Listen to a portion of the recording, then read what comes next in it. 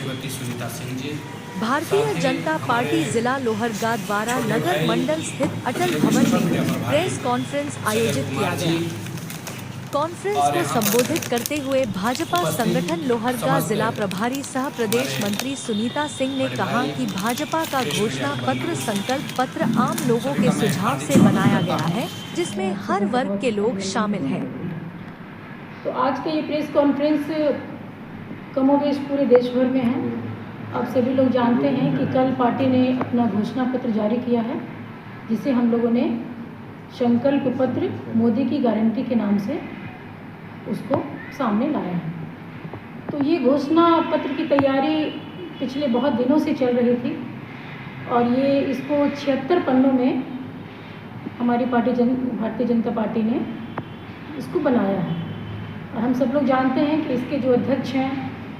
हमारे पार्टी के नेता श्री राजनाथ सिंह जी हैं, जिन्होंने वो घोषणा पत्र के अध्यक्ष के रूप में काम किया है और उनके साथ एक पूरी कमेटी ने काम किया है। और इस घोषणा पत्र को बनाने में मतलब पूरे देश भर से 15 लाख सुझाव लिए गए। खुलेआम हम लोगों ने सुझाव मांगा था कि घोषणा पत्र को बनाने में आम आवाम भी इसमें शामिल हो सकती है, कोई भी सुझाव दे सकते हैं। और वैसे 15 लाख सुझाव मिले। ऑनलाइन के माध्यम से, नमो ऐप के माध्यम से 4 लाख और वीडियो से 10 लाख सुझाव मिले और ये कुल मिलाकर के तब ये घोषणा पत्र हम लोगों के बीच में है। तो घोषणा पत्र का मतलब ही है कि पिछला जो ये बात है कि हम लोगों ने खासकर 2014 से लेकर 19 तक जो देश के उत्थान के लिए मतलब जो भी काम मोदी जी ने किया है, तो संभवतः वो सारा काम ऐसा है कि वो एक पूरे विश्व के लिए एक अद्भुत और एक ऐतिहासिक काम है, जिसको कभी भी मतलब शायद किसी दूसरी गठबंधन के लिए, पार्टी के लिए इसकी कल्पना करना भी मुश्किल था। तो एक अथक मतलब जिसको बोलते हैं मोदी की गारंटी कोई जुमला नहीं है। अगर हम लोगों ने 10 वर्षों में जनता के लिए जो भी संकल्प लिए, जो भी कानून बनाए, उस कानून को ज़मीन पे पूरी तरह से उतारा है और जनता आज उससे बहुत ही खुश है। और जनता फिर चाह रही है कि जिस तरह से मोदी जी ने 10 वर्षों तक काम किया और सशक्त किया भारत को आर्थिक रूप से, राजनीतिक रूप से, सांस्कृतिक रूप से, अगला 5 वर्ष भी हम इसी तरह से और इस देश को मजबूत करें। इसके लिए जनता भी पूरी तरह से संकल्पित है, वो भी तैयार है कि हम इस तरह के प्रधानमंत्री जी को, जिन्होंने देश के लिए अपना सब कुछ न्यौछावर कर दिया, और हमारी पार्टी ने भी सिर्फ नरेंद्र मोदी जी ने ही नहीं, पूरी पार्टी को, पूरा परिवार इस देश को बनाने में 10 वर्षों में अथक मेहनत किया है और हमारे सामने आज वो परिणाम है। पूरा देश, पूरी दुनिया किस विपदा से मतलब जूझ रही थी और ऐसा लग रहा था कि किसी के पास कोई उपाय नहीं है। लेकिन आपने देखा कि जिस तरह से आदरणीय प्रधानमंत्री मोदी जी के नेतृत्व में कोरोना जैसे विपदा को हम लोगों ने हैंडल किया और पूरे विश्व में, पूरी दुनिया में हम एक नेतृत्व के बतौर, कोरोना का दवा के नेतृत्व के बतौर, कोरोना काल के संकट को जूझने के नेतृत्व के बतौर, उसके उपाय के नेतृत्व के बतौर जिस तरह से हम लोग सामने आए हैं, तो ये एक ऐतिहासिक और अद्भुत घटना थी। और आप जानते हैं कि 80 करोड़ लोगों को उस समय से हम लोगों ने 5 किलो मुफ्त की अनाज दी। ये कोई सामान्य घटना नहीं है। कहने को तो कोई भी देखिए कह सकता है कि कोई अपने घर से नहीं दिया है, लेकिन इसके पहले भी हमारे देश में बहुत सारी विपदाएँ आई थी। कभी आपके भारत के इतिहास में, भारत के कांग्रेस पार्टी के नेतृत्व में कभी ऐसी कोई घटना नहीं हुई कि 80 करोड़ जनता को 5 किलो मुफ्त में अनाज दिया गया। अगर ये अनाज उनको नहीं मिलता तो मतलब कोरोना से जो लोग मरे, मतलब भूख से भी इतने लोग मरते कि जिसकी कोई कल्पना नहीं थी। लेकिन पार्टी ने, मतलब मोदी जी ने संकल्प लिया कि हम भूख से, कोरोना काल जैसे संकट में भी किसी को मरने नहीं दिए हैं और आने वाले समय में भी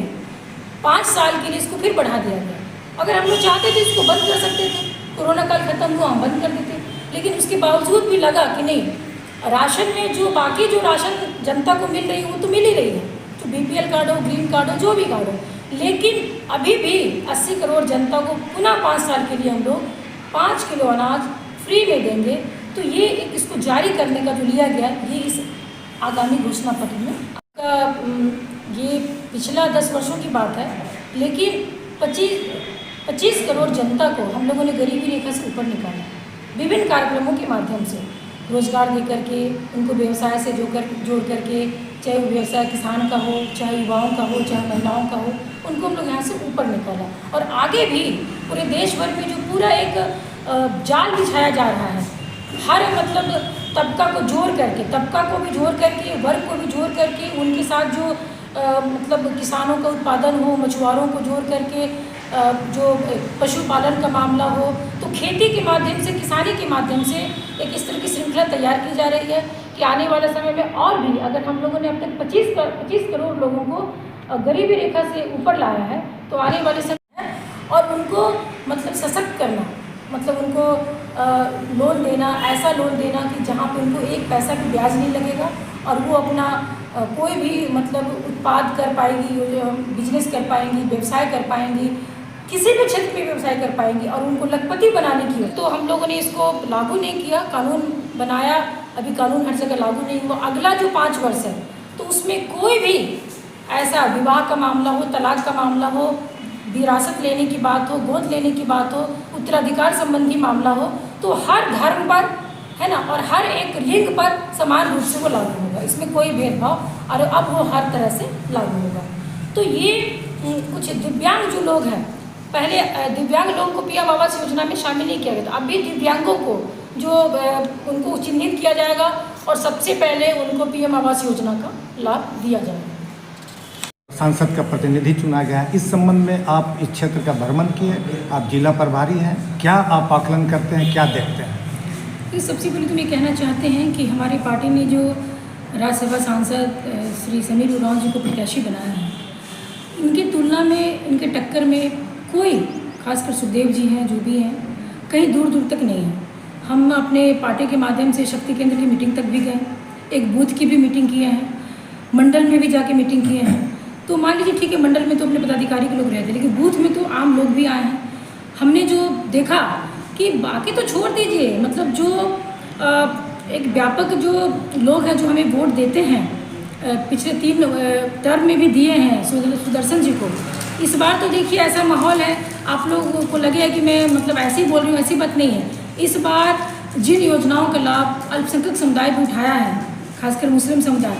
हर जगह हम लोग को ये भी देखने को मिल रहा है कि व्यापक बहुसंख्यक समुदाय तो हमें वोट दे ही रहे हैं और अल्पसंख्यक समुदाय भी, कि हमको मोदी जी ने जितना उनको मजबूत किया है, और सच्ची बात है कि बिल्कुल बराबरी क्या बल्कि ज़्यादा उन्होंने फ़ायदा उठाया है और उस बात से खुश है कि हमें ऐसा ही प्रधानमंत्री चाहिए कि जो हमें मजबूत कर रहे हैं आर्थिक योजनाओं से। भाई जनता को मजबूती का मतलब क्या है कि आप अपने कानून से उनको राजनीतिक मजबूती देते हो, जो विभिन्न चुनाव लड़ते हैं, मुखिया का, पंचायत चुनाव, पंचायत सचिव जो भी है, जो ऐसा चुनाव होते हैं वार्ड का, लेकिन अब आर्थिक रूप से उनको हर एक लाभ उन तक पहुंचा दे रहे हैं, तो वो तो पूरा खुश है कि हमें तो मोदी जी चाहिए, हमें दूसरा कोई प्रधानमंत्री नहीं चाहिए, और एक बार नहीं बार बार चाहिए। तो ये बात देख लीजिएगा कि अगर पिछला समय हम लोग बहुत कम अंतर से अगर जीते हैं, तो मैं आज आपको बोल के जा रही हूँ कि इस बार हमारे प्रत्याशी,